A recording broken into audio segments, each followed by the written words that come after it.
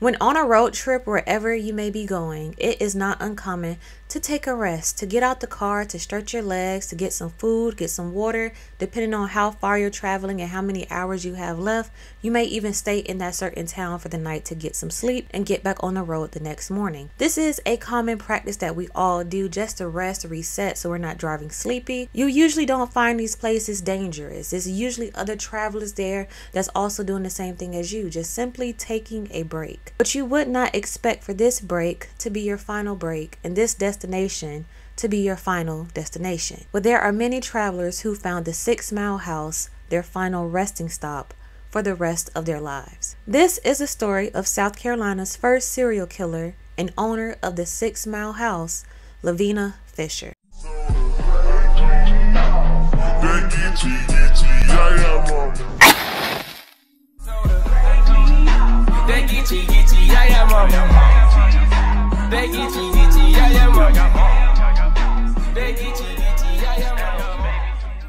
Hey y'all, I'm BlaqueWitchYaya. Thank you so much for tuning into this video. And just like in my previous video on the old Charleston jail, this is a continuation of my South Carolina series. We'll see how long it lasts, or I may just do it periodically. But while doing research for this video, I found a lot of other odd things that went on in South Carolina that I want to share with you guys. So today we are going to talk about South Carolina's first female serial killer, Lavinia Fisher. Lavinia and John Fisher are husband and wife and live in Charleston, South Carolina. Now together they own and operate and in the 6 Mile Wayfair House. Now this story takes place in the early 1800s, where inns are placed outside of towns and were like rest stops for people that were traveling. This was a place to water and feed your horse, because during this time horses and wagons were the main form of transportation.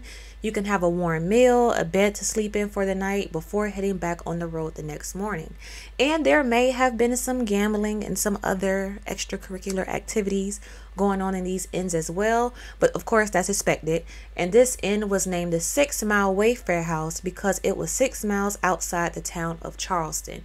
Its specific location was close to Goose Creek Road, or the area intersected by Highway 52. And there were other inns outside the town of Charleston as well. The 5 Mile Inn because it was 5 miles outside the town of Charleston. The 4 Mile Inn because it was 4 miles outside the town of Charleston. So on and so forth. You guys get it. It's placed as basically mile markers and rest stops. So now it's 1819 and people were dealing with thieves because the main form of work during this time was trading, and almost everything was fair game for trading. People, as in slaves, livestock, harvest, or whatever else they had that others wanted. And remember in my old Charleston video, I told you guys that black sailors were held in the old Charleston jail while they were in port to make sure they weren't up to no good or trying to carry out the revolt that Denmark was doing. So during this time they were getting robbed as well. So they would come in with all their goods and just get robbed on land. So on sea they were getting robbed. They were known as pirates, and on land these thieves were known as highwaymen.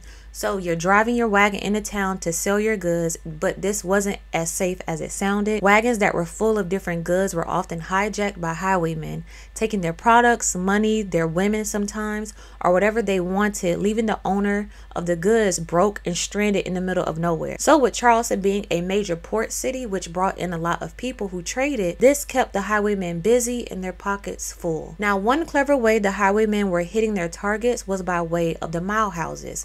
The inns I mentioned before, where they were based on how far outside of town from Charleston they were. But what was seemed like a simple rest stop turned into a den of torture. Upon arrival at the rest stop, the travelers will have a warm welcome by the host. So while the hostess is gathering all the toiletries or knickknacks that the guests may need for the night, they'll see a group of men on the side in what seems like an innocent game of poker. They'll lure them over like, oh, while you wait, just join us in a quick game. But little would the guests know, the traveler know, that all those men basically know each other and they're in on the game. They're about to play a scam on this man to take all his money, and then he's outnumbered. So it's like, okay, yeah, we took your money, but it's 6 of us and 1 of you, so what are you going to do? Or they may play a game of poker, take their money right then and there, but as soon as they go up to their room to sleep, they're heading outside to take the products from their wagon. And this would happen a lot at these inns because the highwaymen knew that it was the perfect spot to catch travelers as they were coming into town to rest, to eat, to reset. Their guards may be down, they may be exhausted from however long they traveled, so they became the perfect victim. So the travelers eventually grew sick of it. They were coming into town to make money, but they were leaving with much less than what they came with. And the people of Charleston that lived in Charleston were getting sick of it too, because they were looking looking forward to the travelers coming to buy their product, the things that they need, but they were getting robbed before they even made it into town. So the citizens of Charleston decided enough was enough. They were not going to let these thieves cause more problems for their city's already struggling economy. On February 16, 1819, a well-organized mob operating under Lynch's law took matters into their own hands. Their first destination was the 5 Mile House. And we're going to summarize this part. The Lynch's law started targeting the ends. First was the 5 Mile House. They ended up burning that one down, and they started making their way to the 6 Mile House. But before we share why the Lynch's law decided to make the 6 Mile House a target, let's talk about what John and Lavinia was up to in this inn that made them a target. So I'm going to share one of the most popular stories of John and Lavinia. So one winter night, John Peoples, not John Fisher, but John Peoples, was traveling and stopped at the 6 Mile House to rest for the night before continuing his travels the next morning. Upon entering, he was greeted with a warm smile and a cheerful hello from a beautiful dark-haired and dark-eyed woman by the name of Lavinia Fisher. Now, in town, people thought Lavinia was one of the most beautiful women in the world, so she played into that role.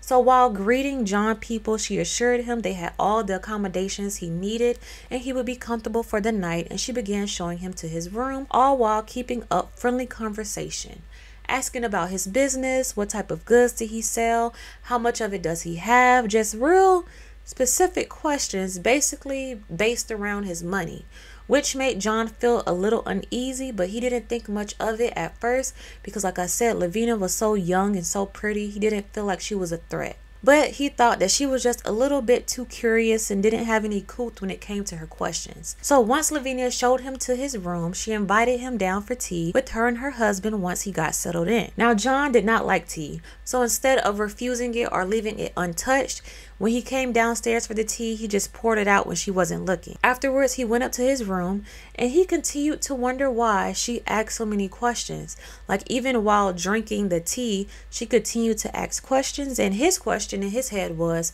why was her husband side-eyeing me and staring at me the entire time? Lavinia seemed so friendly and curious. Meanwhile, her husband is just looking him up and down, sizing him up. So putting all these thoughts together, this home started to not feel as cozy as it's advertised. Things got even more uncomfortable when John decided to sleep in a chair in the room instead of sleeping in the bed. So he took the chair in the room and he moved it against the door, where the back of the chair is against the door, so no one could enter and he could keep a clear view of the room and especially the window. He heard so much stuff going on about the highwaymen, so he didn't want to get too comfortable in the bed where someone could break him and catch him off guard. And good thing he did, because in the middle of the night, he was awakened because he heard all of this ruckus and he saw the bed that he was supposed to sleep in fall through the floor through a hidden trap door, dropping the bed into a cellar. He peeped over the opening in the floor and he saw Lavinia and John Fisher, the owners, prepped and ready for John's Peoples for him to be laying in this bed with axes over their shoulders ready to swing. When John put two and two together and figured out what was going on and realized his intuition was right, he ran outside, hopped on his horse, and fled the scene. He went to town in Charleston and told the policemen what happened, what he saw. The policemen and several other officers went to the 6 Mile House and started to investigate what was going on. They found trapdoors in the floor of every guest room, and in the cellar there was a pit with human remains of various people, various body parts, various genders, all just put together. And then they started to realize, we see all these human remains. Maybe this could be the people who went missing coming into town while traveling, because there'll be gentlemen coming into town traveling. Those traveling alone will end up missing. Then their family would come into town and say, hey, did you see a guy about 5'11", dark hair, he was wearing this? Of course, some people seen him at different stops, but somehow, some way, after the 6 Mile House, no one else would see them afterwards. And they started to piece together that this rest stop became the permanent resting place to many travelers who had gone missing throughout the years. Now, at first, they thought they were just victims of highway robbery. The highwaymen must have got them. But now they know that they have been victims of John and Lavinia Fisher. Now, this is just one version of the story. Now, many people are iffy about the part of the story where the bed falls through the floor. It just seems a little too advanced for this time period. But there are other versions of the story where Lavinia and John will barge up to the room and beat them to death, or just flat out rob them and kill them while they're sleeping. The reason they were able to do this is because the tea that Lavinia kept insisting on John Peoples to have was mixed with a special ingredient that was a sedative that would make the person who drinks it extremely groggy. In other versions of the story, it's shared that she put a piece of Orlander plant in the tea to poison and kill the person and rob them still. So let's break down her entire method. Step 1, Lavinia will use her good looks and beauty to lure in guests, and to the point where the 6 Mile house became a destination for many men because they're like, oh, it's going to be this pretty girl that's going to greet you at the door. So she used her looks to lure travelers in. 2, once she gained their trust, she will offer them food and tea laced with Orlander plant, a toxic drink that will put the guest to sleep. 3, John would then rob the guest. 4, now if the tea didn't work, Lavinia would just stab the guest to death. Along with this story, there were several people who admitted to seeing Lavinia and John attacking and killing their guests, making them a part of the highwaymen, but were able to hide it behind a welcoming place to rest and eat. And reports show they killed nearly 100 people together. Now there are some stories who are confused because again they thought Lavinia was just so pretty and so innocent and so young that she couldn't kill people. So many people thought that John was the mastermind behind this until a lot of witnesses say like, no, we seen Lavinia throw hands, like don't let that innocent look fool you. So John and Lavinia Fisher and a few other highwaymen were taken into custody and loaded into a paddy wagon for their 6 Mile ride straight to the old Charleston jail. Once the sweep of the insides of the 6 Mile house had been completed, it was set on fire and burnt to the ground, leaving nothing behind of the supposed rest stop of horrors but ash and embers. Now meanwhile, back at the old Charleston jail, which we talked about in my previous video, John and Lavinia tried to escape, but the plan was foiled when the rope that carried John down from the window broke and left Lavinia stranded.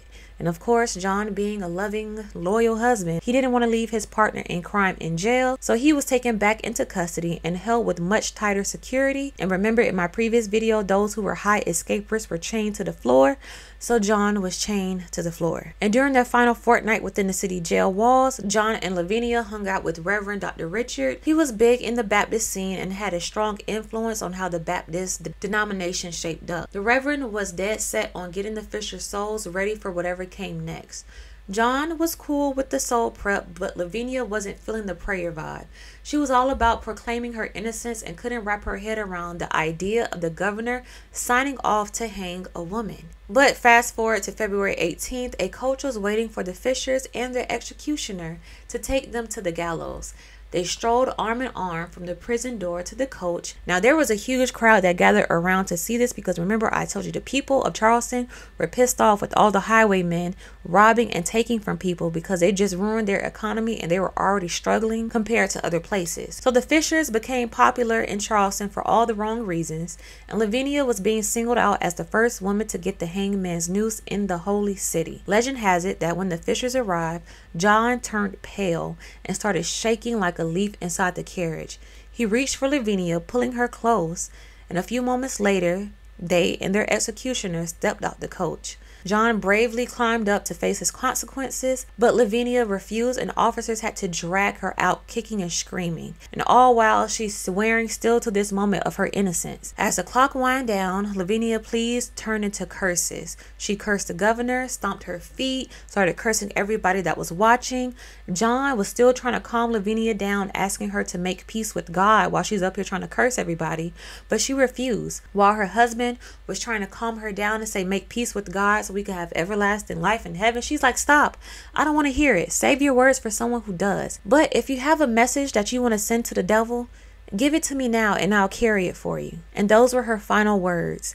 At 2 p.m. February 18th, 1820, 29-year-old John Fisher and 28-year-old Lavinia Fisher were hanged. Lavinia almost died immediately, but it took a few minutes for John to pass. The lifeless bodies were taken down from the ropes and buried at Porter's Field. Now the bodies were buried, but the souls of Lavinia and John Fisher remained behind bars in the old Charleston jail. According to paranormal experts, due to her intense anger and defiance at the time of her execution, it's believed that her spirit never found peace. This could lead to her wandering and haunting the places where she felt most unsettled and troubled during her lifetime. And in general, when spirits pass away, wherever they felt the most uncomfortable, the most enraged, or wherever they have done wrong, almost become portals for their energy just to lie there and just intimidate whoever encounters their space, because they still have vengeance, they still have anger. That's why anytime you move into a new home, if you know someone passed there, cleanse that home, because of course we would like to think it was a sweet old man who just passed away in his sleep and he did nothing but love his grandkids and children and his neighbors. But that also could have been a person raised in hell their entire life, and they were pissed until the moment that they took their last breath. Even though this story took place in the early 1800s, the spirits of John and Lavinia Fisher still haunt the walls and the cells of the old Charleston jail, and we will be paying a visit there sooner or later. So I'll let you know what I feel and what I see, because I'm going to take y'all with me. But thank you guys so much for tuning into this video. And like I always say, as above so below, as within so without,